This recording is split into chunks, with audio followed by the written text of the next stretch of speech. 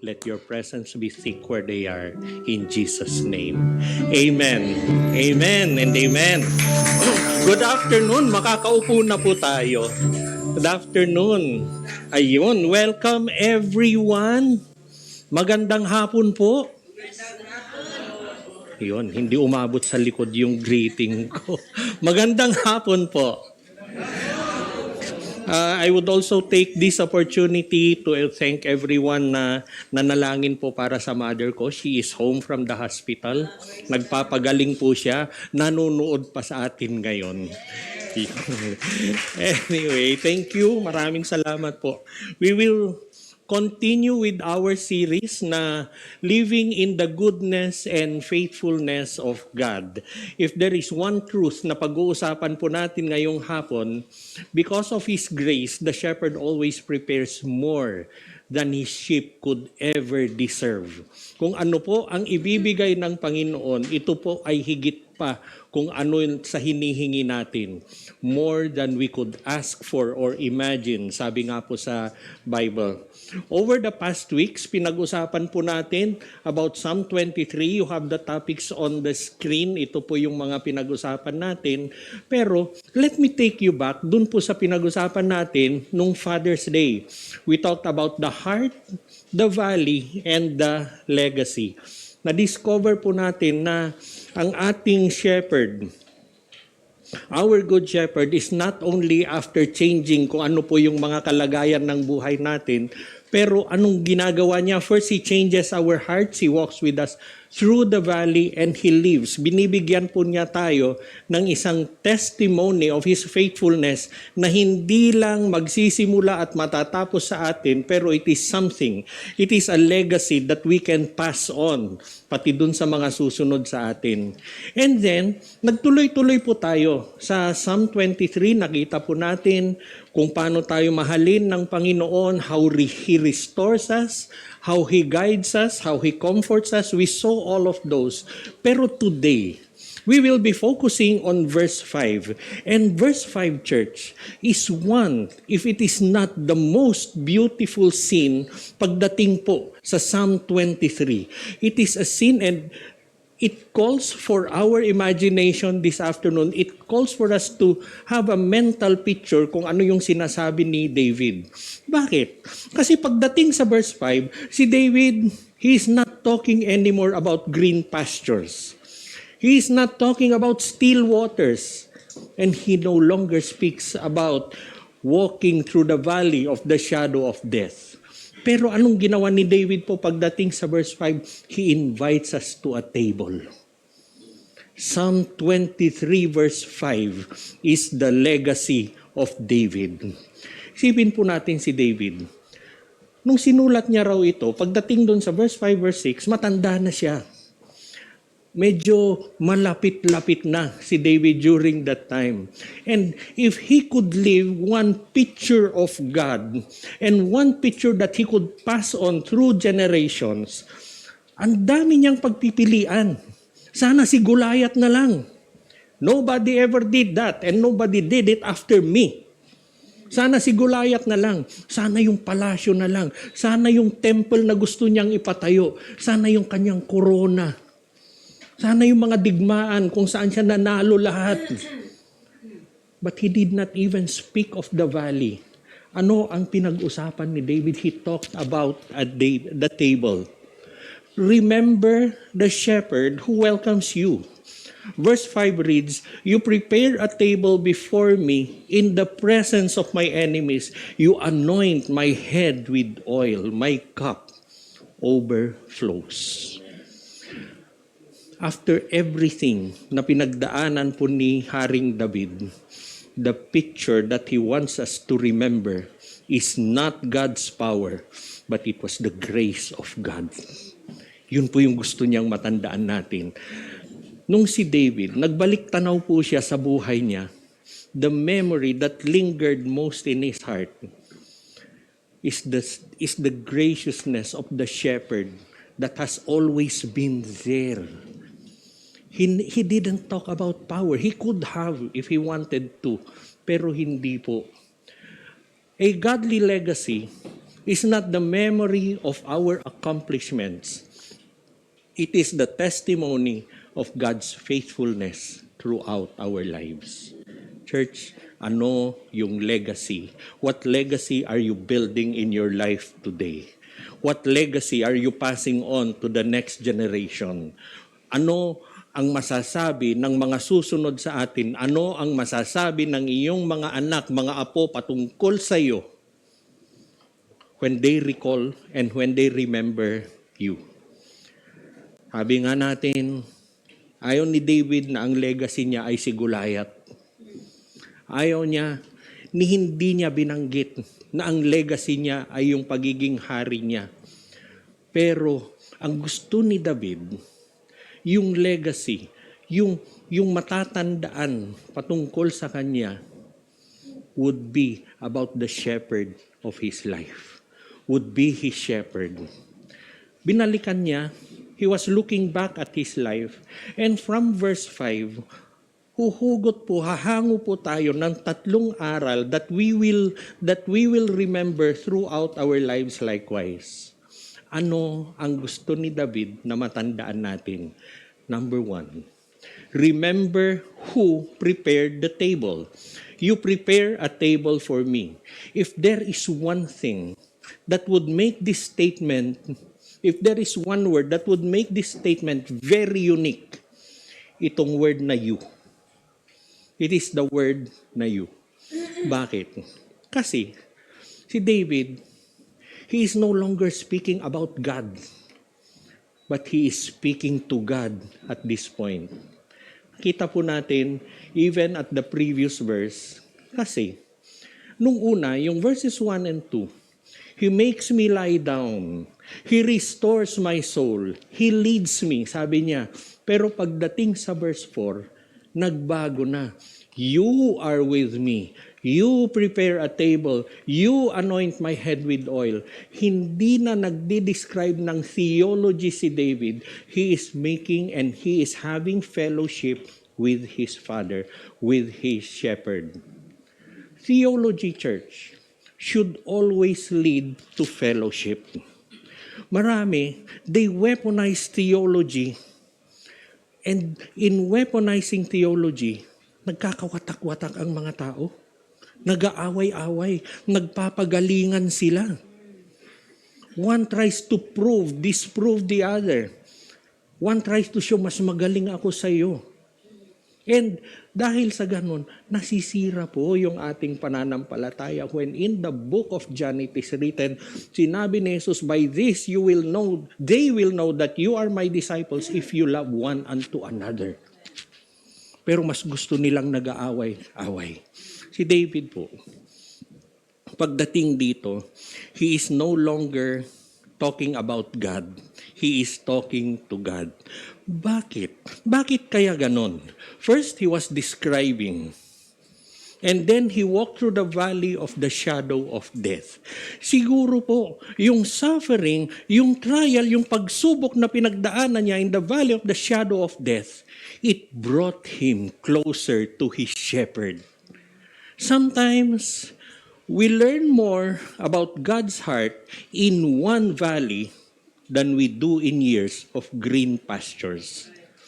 Kapatid, yung pinagdaanan mo na pagsubok, anong natutunan mo? Kasi kung dumaan lang at lumipas at wala kang natutunan, sayang. Sayang yun. We learn from our valleys. David learned from his valley, and then after that valley, siya pa yung nag-declare kung ano yung grace at kabaitan ng Panginoon. Maybe, yun yung dahilan kaya nagpalit ng from he, naging you. Nag-iba yung mga pronouns niya. The shepherd has become so near that theology turned into conversation. Sabi ni David, you prepare a table. Sino ang nag-prepare? Hindi po si David. Hindi yung sheep, yung shepherd ang nag-prepare. The table already existed. before even David arrives. Nandun siya sa valley of the shadow of death. May naghihintay pala na table doon. Church, you cannot call that anything less than grace. That is the grace of God. Grace does not react to our need. Grace is God preparing for our need even before we knew we had one. Isipin po natin yung Bible. Bago nagkasala si Adan, may redemption plan na ang Panginoon. Before Israel entered the wilderness, alam na ni God kung saan magagaling ang mana. Before David reached the valley, the shepherd was already there. Church, before you confessed your sin, the Lord has already gone to the cross. And even before you prayed, grace has already prepared the table. God knows your needs even before you ask Him. Alam niya yung mga pangangailangan natin, hindi pa natin hinihingi. So when we go to Him, we don't go to Him carrying our needs. We go to Him with our faith. We go to Him trusting in His grace. Then He will respond. Kaya nga sabi ni Paul, but God proves His own love for us in that while we were still sinners, Christ died for us. No one of us asked Him to take that cross, but He did para sa atin. Hindi po hihintayin ng Panginoon ang bawat isa sa atin in order for us to be worthy. He moved first. That is grace. Church, napansin nyo ba? Si David, he never asked for a table. He never prayed that there would be one. Lord, after naman ng paghihirap na ito, sana magpiesta naman tayo. Hindi niya po naisip yon. He simply discovered, may hinanda pala ang Panginoon para sa akin. How many blessings po sa ating buhay were already prepared even before we ask them. Yung mentor mo, yung pamilya na nagpakilala ng Panginoon sa iyo, they were there even before you asked. The sermon that was said on this pulpit that changed your life. Yung kaibigan mo na nag-encourage sa iyo, yung closed door that protected you, yung panalangin na hindi niya sinagot, which became your greatest testimony even. And looking back, you realize that the shepherd has been preparing all along. Minsan po may mga pinapanalangin tayo, napapaisip po tayo if God is going to do anything at all dun sa pinapanalangin natin. Mananalangin, pero ang pananampalataya mo, may doubt. Sasagutin kaya ng Panginoon to? It is a reminder for us this afternoon that it is not because we cannot see the table that it is not there. Hindi po. Si David lumalakad through the valley of the shadow of death. He never knew that there was a table at the other end. Pero ang Panginoon, He is always ahead of His sheep. He never arrives late. He never forgets. He never improvises. Hindi po nagre-remedyo ang Panginoon. He is always prepared and always prepared for us. And then, after the valley of the shadow of death, iimbitahan ka ng Panginoon, anak, tuloy ka dito. Puka, may hinanda ako para sa iyo. Church, grace is never an afterthought in the heart of God. It has always been His plan. Long before we ever look for Jesus, He has already prepared everything necessary para maligtas po tayo. And I want us to notice something remarkable, that the shepherd did not prepare the table after the battle. Hinanda niya yung table sa kalagitnaan ng digmaan, sa kalagitnaan ng pagsubok mo, sa kalagitnaan ng challenge mo, sa kalagitnaan ng pain and sakit na meron ka, hinahanda ng Panginoon yung table. Remember where He prepared the table. Bakit? Kasi you prepare a table for me in the presence of my enemy. Sabi nga dyan. And there is something unexpected about David's words dito. Bakit? Kasi kung tayo ang nagsulat niyan, ano kayang ilalagay natin? You remove my enemies, Lord. Ang hirap-hirap nito, tanggalin mo sa buhay ko ito in Jesus' name. Ganon po tayo. Or, Lord, di ko kaya, ikaw makipagdigmaan sa mga kalaban na to. That would be what we might be writing. Or, Lord, hinintay mo. Lord, pagkatapos ng digmaan na ito, pagkatapos ng challenge na ito, Lord, mag-fiesta po tayo. Maybe that's what we will write.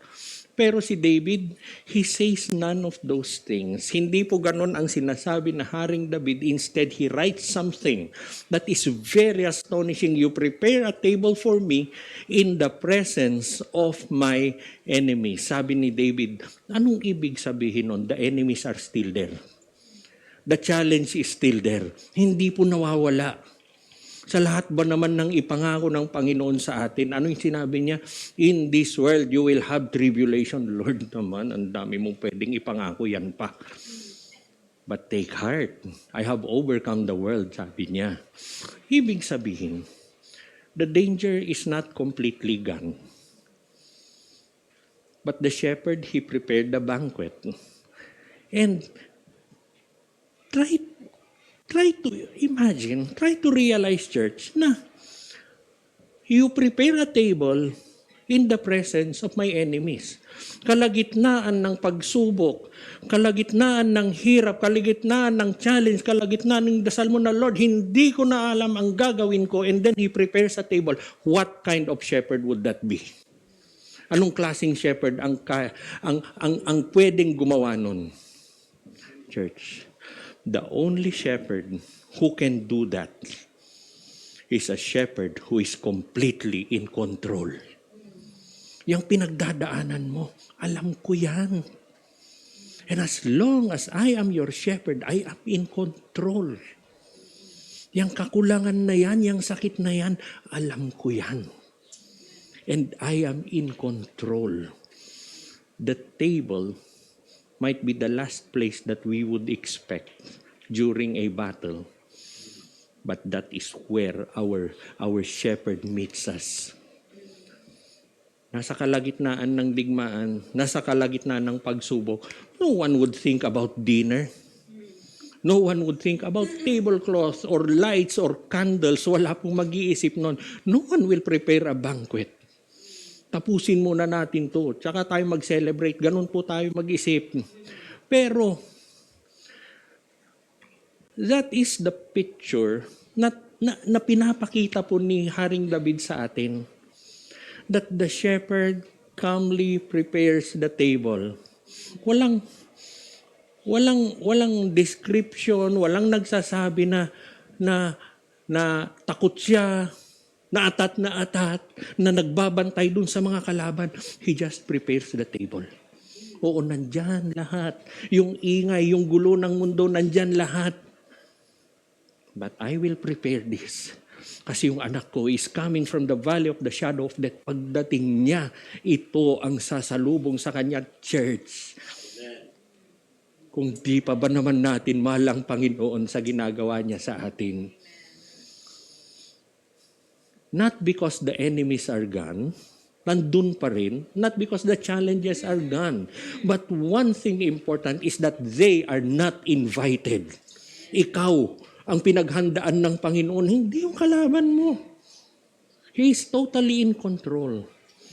And all those things, all the noise and the turmoil and the chaos of the world, they do not determine David's security. Hindi po.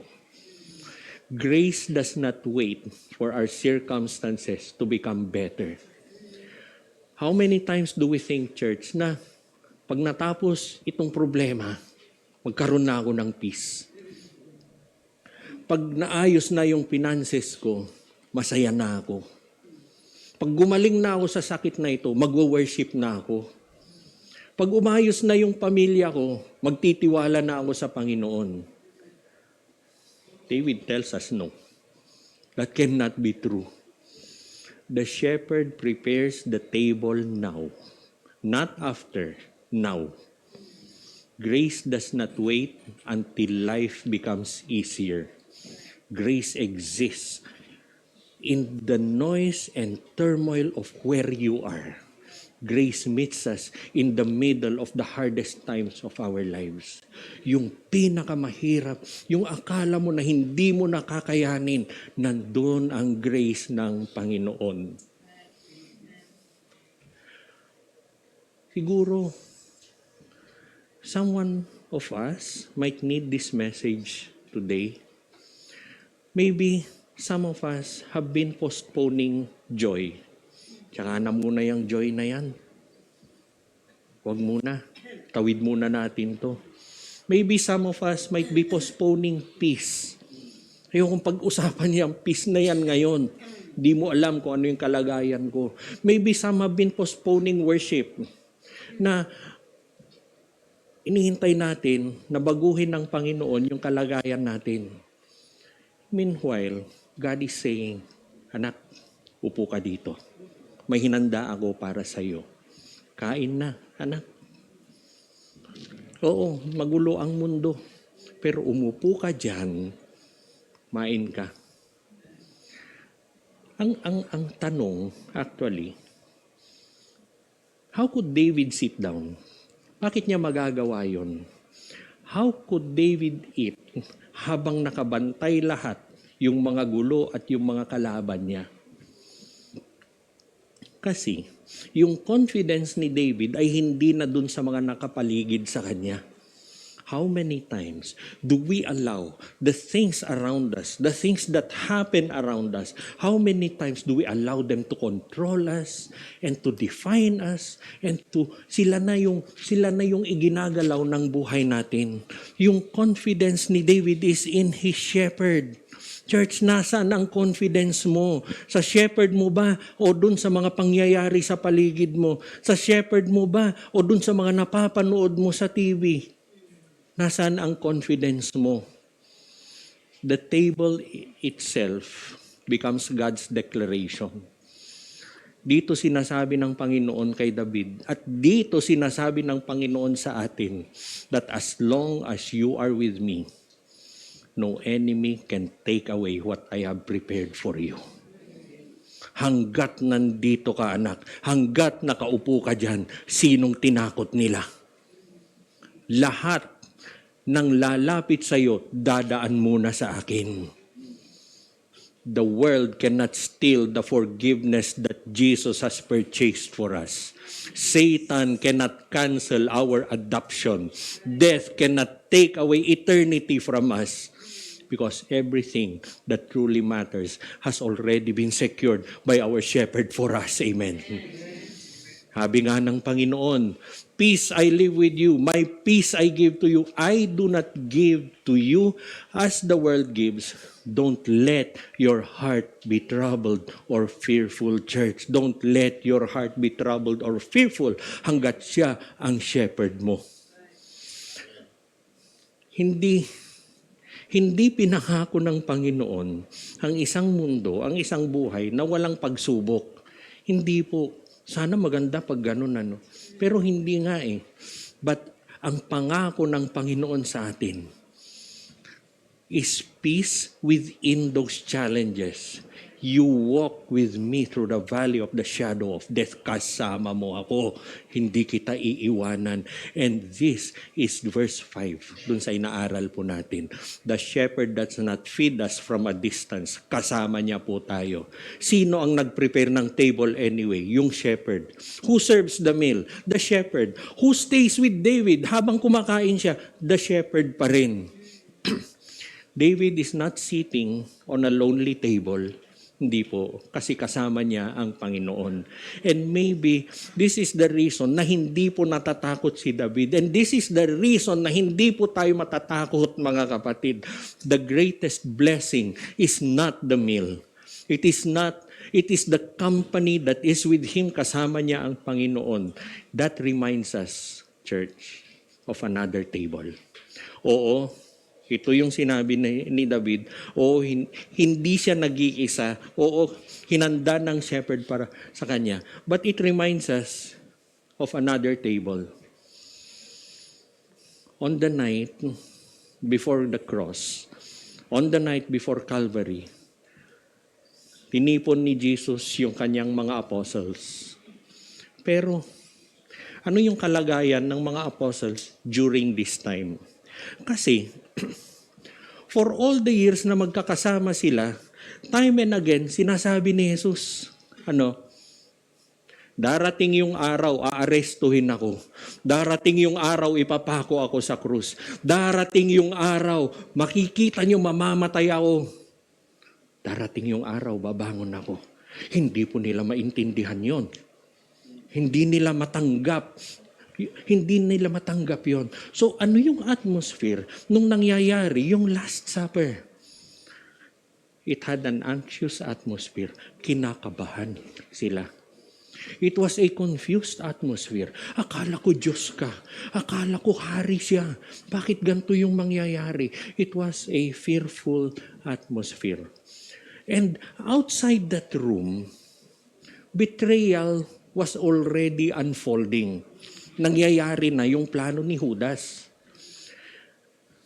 From this time, it would only be a few hours and the cross would be happening already. Pero, over the anxiety, over yung problema nila na napakahirap na hindi nila maintindihan yung kalagayan nila, what did Jesus do? He shared a meal. Naglabas siya. Nagbigay siya ng pagkain. He broke the bread. He offered the cup. Even in the shadow of suffering, the shepherd was preparing his table of grace. Church, ano yung suffering na pinagdadaanan mo? Ano yung challenge na pinagdadaanan mo ngayon? Bakit? Kasi even in the shadow of your suffering, of our suffering, the shepherd is preparing his table of grace. You will see it. It will happen. Makikita po natin yan. The Lord's table is not merely something that we remember. It is a declaration that we were welcomed by Jesus. He made peace with God through His blood. Alam po natin yon. And Jesus still invites sinners up to today to come and receive His grace. Welcome pa rin tayo sa table niya. Ano yung mga kalaban? Ano yung mga challenges na pumapaligid sa table natin ngayon? Maybe it is a challenge of fear, of uncertainty. Maybe it is a challenge of loneliness. Lord, ang hirap ng ganito, ang hirap ng mag-isa. Maybe yun. Maybe it is a challenge that we saw in the most recent medical report. Or maybe it is a challenge of uncertainty, financial uncertainty maybe. Maybe it is a challenge of a broken relationship or a relationship that is about to break. Or maybe it is something na napakabigat na tinatago mo sa puso mo. Hindi po sila mawawala. Nandun pa rin sila. But they are no longer in control. It is your shepherd who is in control. Huwag po nating sayangin ang buhay natin na nakafocus lang tayo dun sa mga nanggugulo sa buhay natin. Why don't you look at your shepherd? Why don't you fix your eyes on Jesus? Panginoon po natin, yung shepherd natin, hindi siya nakakalimot. He has not forgotten. He has not abandoned us. He has prepared exactly what our soul would need. Even today, church, even here, even now at this very moment, peace is not the absence of enemies. Peace is the presence of the shepherd. This is how God defines peace. Ganyan po ang peace ng Panginoon. Si David has shown us sino ang nag-prepare ng table. He has shown us where the table is prepared. And now, he invites us to notice something else. Nung si David, umupo siya dun sa table, he discovers that the shepherd has not prepared just enough. Hindi po yung sakto lang ang hinanda ng shepherd para sa atin. He has prepared more than enough. The shepherd does not merely satisfy the sheep, he delights in them. Remember what he prepared for you. You anoint my head with oil, my cup overflows. Pwede na sana yung you have prepared a banquet for me in the midst of my enemies. Tapos. Okay na sana yun. Pero may dagdag. You anoint my head with oil, my cup overflows. Si David, he has now taken his seat at the table, pero nakabantay pa rin yung mga nanggugulo, yung mga kalaban, yung ingay sa buhay niya. And the shepherd is still serving him. Pero David notices something so remarkable about God na hindi niya hinanda something that is just exact to his needs. He has prepared more than enough. Two beautiful things will explain to us kung ano yung sinasabi ni David dito. It is the anointing oil and the overflowing cup. And both of these will tell us na ang Panginoon po natin ay hindi kuripot. Hindi po. You anoint with my head with oil. Nung panahon po nila Haring David, it is an honored guest whose head gets anointed with oil. And I want us to be sensitive to the adjective na honored. Honored guest. Hindi ordinary guest. Hindi ito yung papapasukin. Sige, umupo ka na dyan, kumain ka na, may pagkain dyan. Hindi po. They are an honored guest. And nilalagyan nila ng oil. So, ang purpose ng oil is to refresh. It is to refresh. Lumakad sila, bumiyahin ng pagkalayo malamang, tapos lalagyan ng oil para ma-refresh sila. It is an expression of joy, but it is an act of honor. Remember, yung nag-imbita, siya pa yung maglalagay ng oil. Remember that it is the Most High God who welcomes you and He anoints your head with oil. Would you even dare to think of that? But God does that for us. Hindi po ordinary. Hindi po. Ang Panginoon, honored guest niya tayo. We are honored guests sa Panginoon.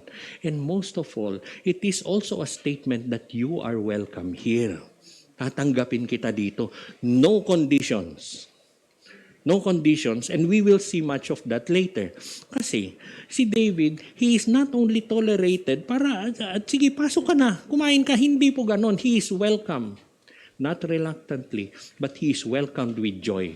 Yung shepherd does not simply allow David to sit dun sa kanto, hindi po, pero he honors him. And sino ba si David? Kasi, who is he who deserved that honor? Adultery with Bathsheba. Murder kay Uriah. Ilan ang namatay nung nagpasenso si David? Pero nung winelcome ng Panginoon, honored guest. Ano yung dahilan mo para hindi ka makalapit sa Panginoon? Because when you choose to return to Him, when you choose to take your seat at the table, you are an honored guest.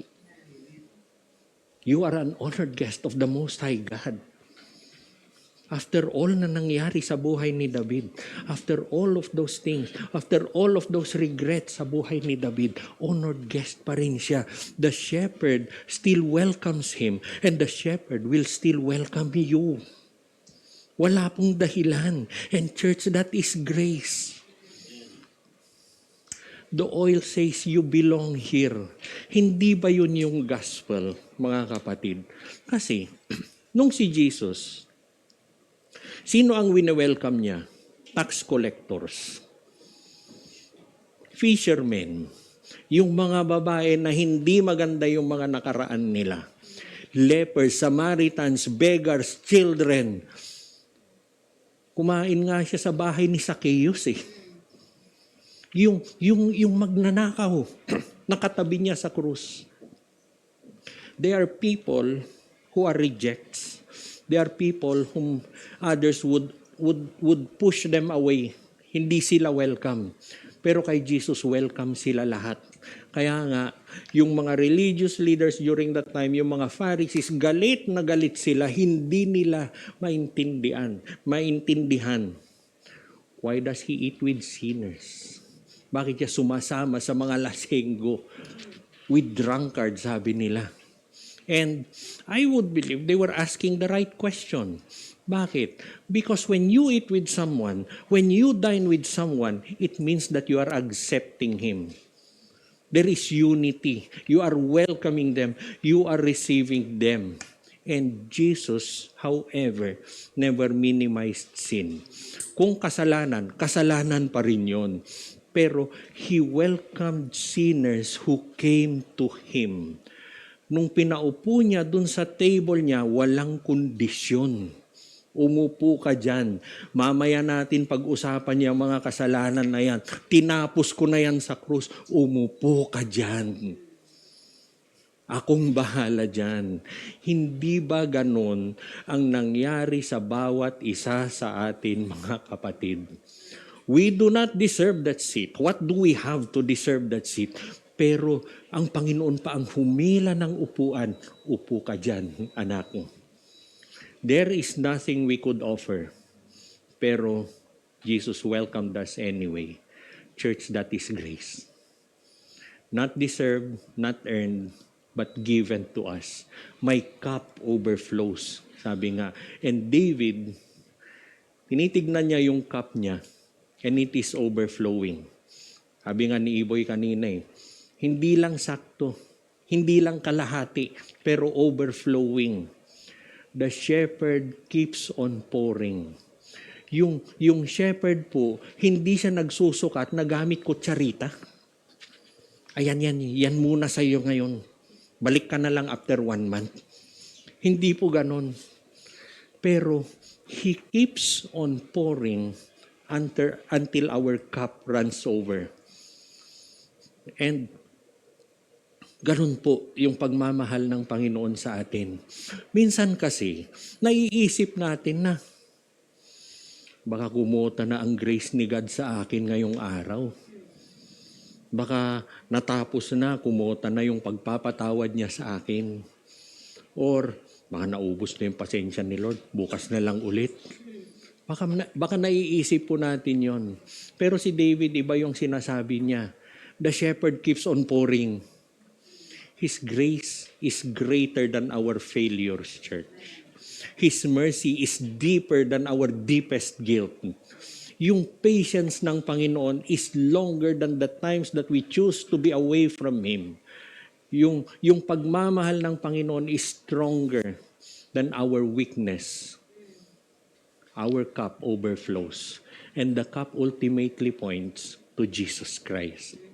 Si David, yung overflowing cup niya, points to another cup. It is a cup from the upper room, but then it brings us to another cup. Father, if you are willing, take this cup away from me. Sabi ni Jesus sa Garden of Gethsemane, nevertheless, not my will, but yours be done. Ano yung cup na yan? It is the cup of judgment that our sins deserve. It is a cup that contains yung nagpupuyos na galit ng Panginoon sa bawat kasalanan natin. And Jesus drank that cup of judgment. Dapat atin yon. Dapat atin yon. Pero tinanggap niya. Bakit? He received that cup. He drank that cup so we can receive the cup of grace today. Yung cup ni David, sabi niya, it overflows. Why? Because the cup of Jesus overflowed with the judgment that we deserve. Yung shepherd gave his own son. Binigay niya sa kanyang anak the cup that we deserve so that he could hand to us the cup that we never deserve. Kaya nga, yung mga mananampalataya, tayo po, we don't run out of grace. Hindi po tayo nauubusan. Grace is not simply God helping us. Grace is God giving Himself to us. Grace welcomed us when we were rebels, when we rejected, when we did not like Him. Winelcome niya pa tayo. Hinanda niya pa yung table para sa atin. Grace pursued us when we were wandering. Grace forgave us even when we were guilty. Grace adopted us even when we were strangers. Grace keeps on pouring long after we think that our cup has been empty because it never was. No wonder, sinulat ni John, indeed we have received grace upon grace from His fullness. Grace upon grace. Hindi siya one-time grace lang, hindi po. Grace upon grace, wave after wave, morning by morning, sabi sa Bible. Failure after failure, need after need. Hindi nauubusan ang Panginoon natin. The shepherd never runs out. Amen? Maybe, nagsimula tayong naiisip natin na baka naubos na yung grace ng Panginoon. Maybe naiisip natin, Lord, sunod-sunod naman yung palpak ko eh. Lord, nag-confess ako kahapon, the same sin, ginawa ko na naman. Siguro, naiisip natin na hindi kaya napapagod si God sa akin. Hindi kaya nagsasawa ang Panginoon sa atin. The shepherd's cup is still overflowing. There is more mercy than your guilt, kapatid. There is more forgiveness than your sin. There is more grace than your deepest failure. The shepherd has never looked at one of his children and said, "Anak, ubos na. Balik ka bukas. Balik ka next month." Hindi po ganun. Yung grace ng Panginoon, it is inexhaustible. Yung mercy ng Panginoon, it is new every morning. Yung pagmamahal niya, it reaches even the deepest depths of our life. Because His grace is not measured by your need. It is measured by His infinite heart. We do not measure grace. He does. The shepherd never serves His grace by the drop. He pours until the cup overflows. Si David, he was not shown the table during that time na nandun siya sa valley of the shadow of death. Pero the shepherd prepared it. The shepherd protected him for it. The shepherd poured out His abundant grace upon that table. And now, si David, nabusog na. Tapos na, he pushes back his chair. And then, ano yung picture ng Panginoon na gusto niyang matandaan natin ito po. That we will always remember the shepherd who welcomes us. Remember who prepared the table. Remember where He prepared the table. And remember what He prepared for you. The greatest miracle of Psalm 23 verse 5, hindi po yung table. It is the shepherd. The table will reveal His heart. The oil will reveal His welcome. The overflowing cup will reveal His generosity. Pero everything in this verse points beyond the gifts to the giver. Hindi ba ganon si Jesus? When we open the Gospels, ano po ang nakikita natin? A Savior who consistently sits at tables. He received people, pati yung mga rejects po. And the table always has been pointing to Him. Comes the upper room. Jesus gathered yung mga apostles, yung mga disciples niya. And then He took bread. And then He took the cup. And then He looked at men who would soon fail Him. Sana sinabi ni Jesus, ikaw, ito yung gagawin mo. Ikaw, magde-deny ka sa akin. Ikaw, tatakbo ka. Tapos na ang usapan natin, pero hindi. Pinakain niya sila. He knows that one would deny Him. He knows that one would betray Him. Alam niya po lahat yon. He knows that the others would run away. Pero He welcomed them at His table. Hindi ba amazing grace yun, mga kapatid? He knew exactly kung sino sila. He knows exactly kung sino po tayo. But He loved them still, but He loves us still. Hindi ba yun ang kwento natin? Ang bawat isa sa atin. Alam ng Panginoon, He knows everything about us. Even the things na ang nakakaalam lang ay tayo at ang Panginoon. Alam niya lahat yun. Wala po tayong maitatago sa Kanya. He knows the fears that we hide. He knows the sins that grieve us na hindi man natin mabanggit sa ibang mga tao. He knows the prayers that are yet to be answered. He knows the prayers that are yet to be prayed. Alam ng Panginoon. And still He says, come. Upo, anak. Hindi ba grace yun? And then, from the table, He went to the cross para sa atin. The shepherd became the lamb. The host became the sacrifice. Jesus drank the cup that we deserve. Yung cup of judgment, the cup of wrath, the cup of separation, so that today, He could hand to us another cup, the overflowing cup of grace. Our cup overflows, church, because His cup did not. He made sure na yung cup natin, yun yung umaapaw. Where does it say in the Bible that the cup of God overflows? Nowhere. Bakit? Kasi todo bigay siya sa atin. Todo bigay siya na walang kondisyon. Todo bigay ang Panginoon sa atin. Maybe today, we came carrying burdens. Siguro nandito tayo, may mga dala-dala tayo. Maybe today, we came feeling unworthy of the Lord. Siguro, ang natatandaan natin ay yung sunod-sunod patong-patong na kapalpakan po natin. Whether Jesus could still love us, siguro yun yung iniisip natin today. Mga kapatid, look again at your shepherd.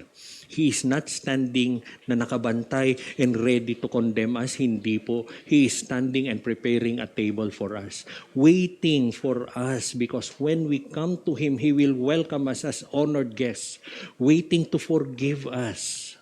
Mga kapatid, waiting to restore each one of us. Waiting to fill our empty cup. Not because we deserve it, no, but because of His grace. So, sa ating pag-uwi po ngayon, wag lang po natin tandaan yung message today. Remember your shepherd and keep him in your heart.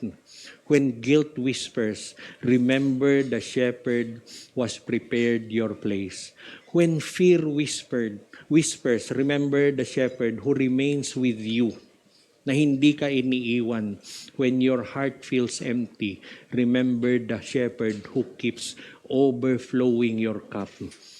And one day, siguro napapaisip ka na, mahal nga ba talaga ako ng Panginoon?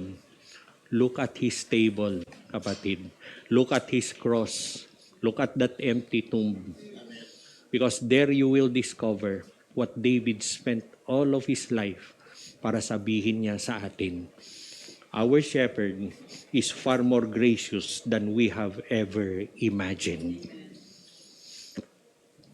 Yung table po sa Psalm 23, yung table sa upper room, the Lord's table that we remember today it leads us, it points us to another table. One final table during the marriage supper of the Lamb. One day, church, every valley will be behind us. One day, every enemy will be defeated. One day, every tear will be wiped from us. And once again, the shepherd will welcome us to his table. Pero until that day, hanggat hindi pa po nangyayari yan, we keep following Him, we keep trusting Him, we keep loving Him. Bakit? Because the shepherd who prepared the table is the same shepherd who prepared the cross. And the shepherd who prepared the cross is preparing a place for you. In my Father's house are many rooms. If it were not so, would I have told you that I am going to prepare a place for you? Di pa ganun. Ganun na lang yung pagmamahal ng Panginoon sa atin. Amen. Mahalin po natin siya.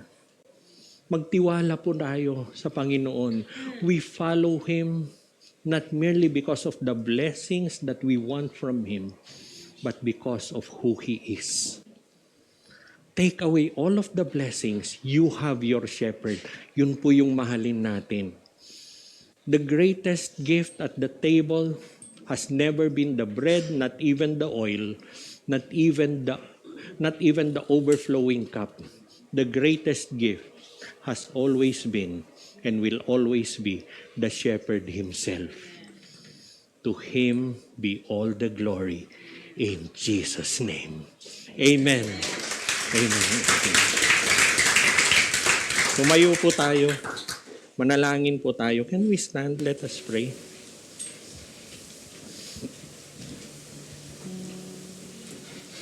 Lord, we thank you for welcoming us to your table. Not because we deserve it, Lord. Not because we deserve a place at that table, but because your grace has prepared it for us even before we sought that place. Lord, patawarin niyo po kami, Panginoon, for those times that we remembered our fears more than your faithfulness. We remembered our failures more than your forgiveness. We remembered our circumstances more than your cross. Today, Lord, would you help us to see you more clearly? Like David, may our greatest desire be simply to dwell in your presence and behold your beauty, Lord, in your temple. Teach us to love you more than the gifts that you give, to treasure your heart more than your blessings, and to trust your grace even when we cannot understand your ways, God. Salamat, Panginoon, for drinking the cup we deserve, so that our cup would overflow with mercy and grace and life. Keep our hearts close to you this week, Lord. May we follow you with joy, trust, and even trust you without fear, God.